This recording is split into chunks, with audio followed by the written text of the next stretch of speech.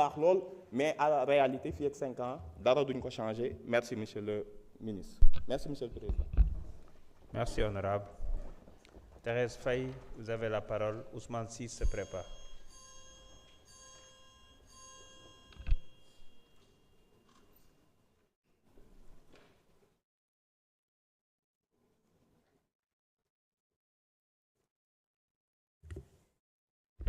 Merci beaucoup, Monsieur le Président. maa ngi lay nuyu. Monsieur le ministre du Travail, Monsieur le ministre en relation avec les institutions, chers collègues. Monsieur le ministre, ci document bi nga xamante ne moo nekk sur le Code du travail, au niveau des éléments qui ont été listés comme étant des éléments d'innovation, dafa am la partie concernant le renforcement de la protection de la maternité, de l'enfant et du travailleur handicapé. Monsieur le ministre, umpalewu la ne que fii ci Sénégal jigéen yu bari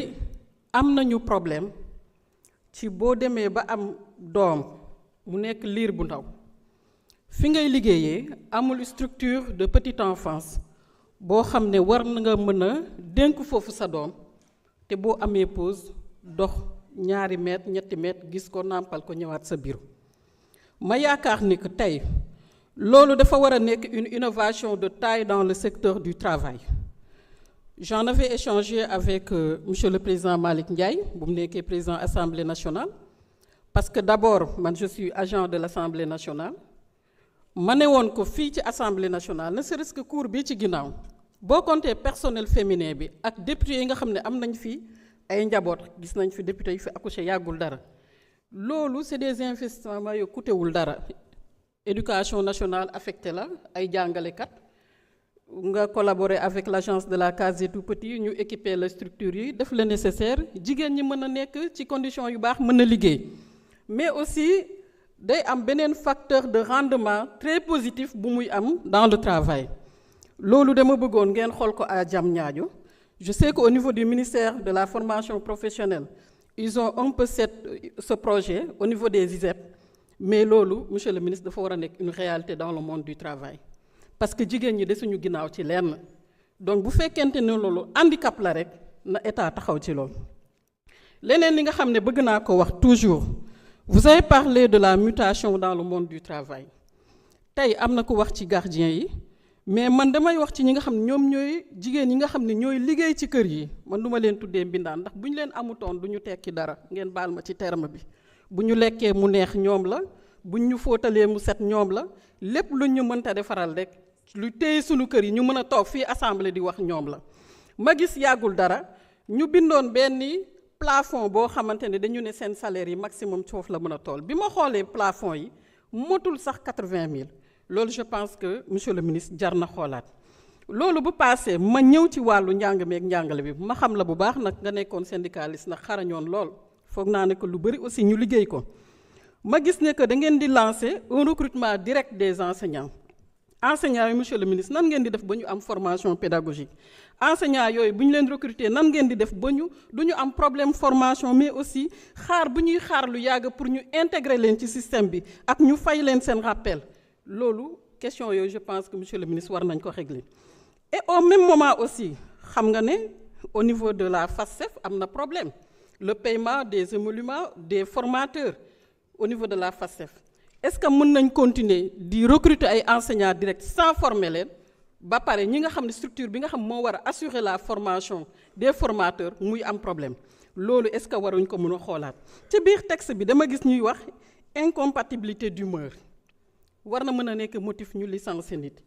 bon je sais pas si j'ai pas compris mais loolu bu fekkente ne am na monsieur le ministre dina ma jaaxal dama doon wax ak benn acteur léegi aussi ci mu ne ma contrat journalier bi moo leen gënal foofu contrat saisonnier bi ma bëgg loolu ngeen bàyyi ci xel. wax nañu ci wàllu CNSU protection sociale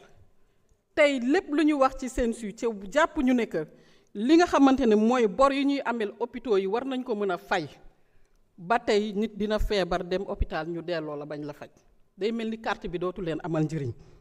ma jàpp ne que toujours ci CNSU boobu nit bu amee bourse nekkee bénéficiaire bourse familiale wala carte d'égalité des chances jaratul ñu koy imposer mu am carte Sensu bu nekkee ci hôpital dafa war a nekk une bénéficiaire direct bu demee hôpital. loolu aussi forme de mutualisation la boo xam ne état bi war na ko mën a def. La loi sur la protection sociale, monsieur le ministre, man en tant que ministre du développement communautaire, j'ai conduit ces travaux. Nous avons approbation au niveau du SGG du gouvernement. Nous avons fait assemblée. Élection ñëw. Je pense que bima ñëwé néna wa Assemblée nationale, c'est un nouveau régime. Jëlat leen loi bi ngeen réajuster ko par rapport à votre politique actuelle 2050, mais ngeen andi loi bi. La loi est très attendue par les acteurs. Amna bailleurs yoo xam ne dañ lay naan mënatuñu financer la protection sociale parce que la loi n'a pas été votée. La protection sociale, tout ce qui est financement de la couverture maladie universelle, la protection sociale, les bourses familiales, lépp dañ ko ci tëggoon ba pare.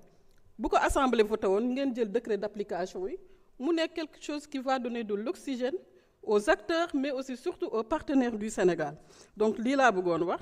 ngeen baal ma. En tout cas, j'ai bien écouté mon prédécesseur tout à l'heure, mais au contraire, les lois politiques, ñëwuma fi démb loi bi nga xam ne nag moo amal njëriñ askan bi moo tax ma ñëw fii tey mais loi politique moom et c'est un aveu de taille de considérer que c'est une loi politique moo tax man démb gisoo leen.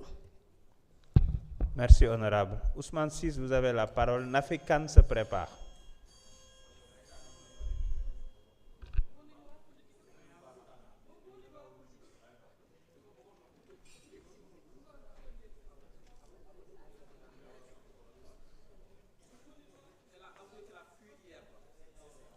Salaamaaleykum wa rahmatullah. Président El Malick ñu ngi lay nuyu bu baax. S'il vous plaît. Allez-y. di nuyu waa Sénégal yëpp di leen ñaanal mawludu jàmm di ci jiital le xalif général di Tidiane Serigne Babacar Sy Mansour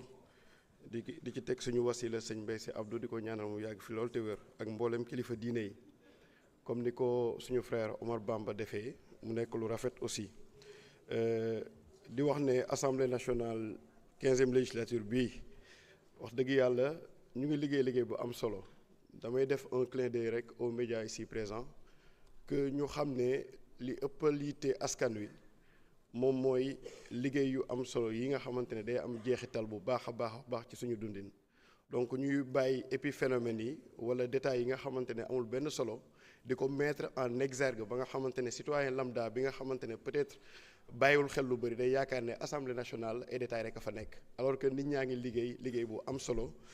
d'abord ci njiitalu président Malick Ndiaye bi mu fi nekkee waaye ci njiitalu président Ousmane Sonko parce que tey li ñuy waxtaanee nii muy code du travail yaakaar naa ne ak code de sécurité sociale bu yàggul dara gis nañu accident yu bëri am fii donc en tant que vice-président commission développement durable ñu waxtaan ceeg la présidente Ami ak président Babacar Ndiaye bu commission énergie ak ressources minérales bind bataaxal le président de l'Assemblée nationale monsieur Ousmane Sonko mu yebal ñu dem saytu lenn liggéeykat yi ni ñu nekkee fële ci les industries chimiques du Sénégal donc loolu c'est le moment aussi ñu souligner ko ci jotaay bii nii sénégalais yëpp yëg ko bu ñu demee foofu travailleurs yi journaliers yi ne nañu c'est la première fois ñu gis commission wala intercommission ñëw di xool te déglu leen avec rigueur war ko jébbal rapport mu mën ci def sincèrement ay recommandations donc loolu c'était à souligner puisque le contexte s'y plaît donc di wax ne lii liggéey bu am solo la te dinañ ko voter incha allah parce que le travail est un moyen de réalisation de soi comme le disait Kant mais am na benn borom xam-xam Axel Honneth mu ne l'organisation du travail est essentielle pour véritablement le lien social bi nga xamante ne tey jii ci société capitaliste yi dafa yàqu lu bëri donc cette organisation là nous invite véritablement à pointer du doigt le suivi exclusif des textes et c'est très très important à mon avis moo tax foofu la ñuy dut baaraam du caagee ne rek dañuy voter donc ñoom procureur ndaw ñu ngi fi waaye commission délégation yi après nañ ci bàyyi xel waaye tamit ci mise en pratique bi aussi ñu ngi ñaan yàlla décret bi mën a génn ba ñu mën ko appliquer bu baax a baax waaye monsieur le ministre ñëwoon nañ fi bi ñuy njëkkee jaar fii ñu insister woon sur le travail des domestiques ñi nga xamante ne dañ leen tuddee mbindaani ci tur bu xaw a péjoratif donc di wax ne am na laaj yu ñu sampoon xawma ba xam bàyyi woon nga ci xel yàgg say équipe mais dama doon laajaat ba xam fan ngeen ci toll parce que agence de placement yi ñu ngi pulluler parce que gis nañu ni muy amee ci yeneen dëkk yi Sénégalais yaa ngi commencé di copier modèle yooyu ci biir dëkk bi donc ñuy laaj fan ngeen ci toll ba xam seen statut juridique yéen a ngi koy xool ba xam aussi quantifier ngeen leen bu baax a baax a baax ak ci yan condition ak ci yan anam la ñuy jëlee jànq yooyu di leen dugalaat parce que bu ñu bàyyee mu nekk bàlleen ma ci kàddu yi ab ndànd pay rek wala une armée mexicaine amaana mën na am yeneen jeexital amaana sax liñ ci jublu woon pour sécuriser jànq yooyu di liggéey amaana mën na indi problème mu insécurité ak yu bëree bëri parce que parfois ni ko sëñ Mansour Sy daan waxee borom daara ji parfois ñi gàmm ak ñi raas dem dañoo wutee donc beneen bi ci toppaat moom mooy par rapport ak ñi nga xamante ne moom mooy licenciés yi ñu ci bëri ñu ma jiitu wax nañ ko mais dañuy fàtte souvent les 76 licenciés de l'hôtel King Fahd Palace di wax ne secteur parapublic bi aussi war nañ leen bàyyi xel bu baax a baax ñooñu am nañu ci liggéey pendant 25 ans ñii 20 ans ñii 15 ans boobu ba léegi furaas daal di xëddeen am na ci ñoo xamante ne jamono jii nii mënatuñ leen a réintégré waat am na ñoo xamante ne amaana ñàkk nañ ci seen bakkan donc nag il est grand temps parce que waxoon nañ ko bu matane at ci la topp en 2025 fii ci kanamu le ministre des finances ak ay naataangoom ne ko au-delà même de ces employés là licenciés loolu yóbbante la ci yeneen ministres yëpp mooy maanaam la gestion de l'hôtel King Fahd Palace qui est excessivement problématique loolu yaakaar naa ne war nañ ci bàyyi xel bu baax bu yàggul dara le frère Guy Marius Sagna am na lu mu publié ci page am donc loolu c'est catastrophique puisque dañuy wax sécurité travail waxuma sax nit ña fay ñëw ci hôtel bu toll ni King Fahd Palace mais ña fay liggéey chaque jour nekk fa H24 wala un tiers du temps donc yooyu yaakaar naa ne seen condition de travail war nañ leen mën a xool ba ay bâtiment yu commencé yàqu du daanu seen kaw donc loolu lañ ñëwoon dinañ ko partager donc incha allahu rabbi dinañ ko voter comme di wax ne ci loolu le groupe parlementaire Pastef les patriotes di dox c'est une opposition voilà parce que Sénégal moom jamono ji c'est la reconfiguration politique des inédits xaw ma opposition la wala pouvoir wala les deux en même temps waaye dinañ ko voter en toute responsabilité donc nag ñi nga xamante ne dañuy nësaxal xelu Sénégalais yi c'est le moment de dire que l'Assemblée nationale au niveau de la 15e législature abat un travail extraordinaire. Merci beaucoup. Merci, honorable. Nafi Kane, vous avez la parole. Awa Seck se prépare.